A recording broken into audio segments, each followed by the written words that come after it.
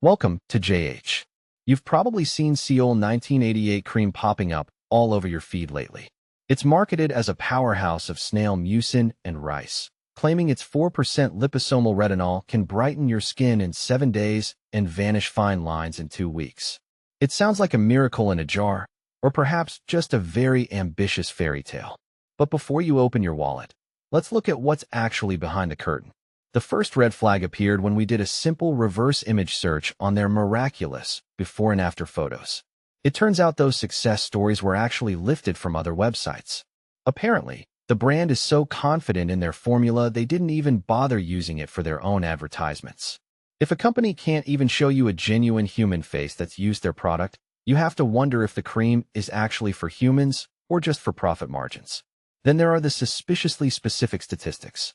They claim 97% of users saw smoother skin and 93% felt more confident without makeup.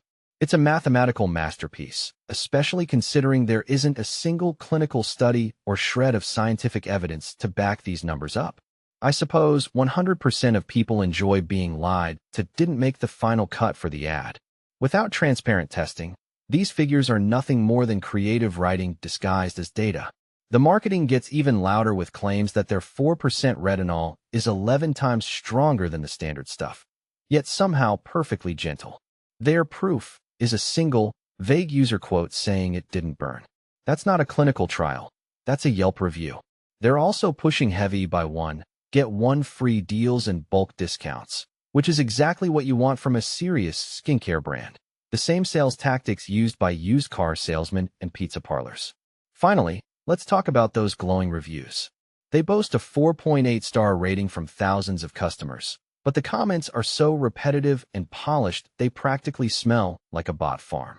We checked Reddit and Trustpilot for some actual human feedback and found absolutely nothing. It's as if the product only exists in a vacuum where only AI-generated profiles have pores. The bottom line is simple.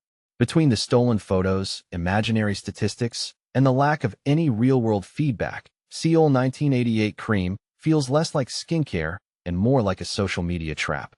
You're better off keeping your money and sticking to brands that actually exist in reality. Thanks for watching. If you found this breakdown helpful, don't forget to like, share, and subscribe for more honest reviews. See you in the next one.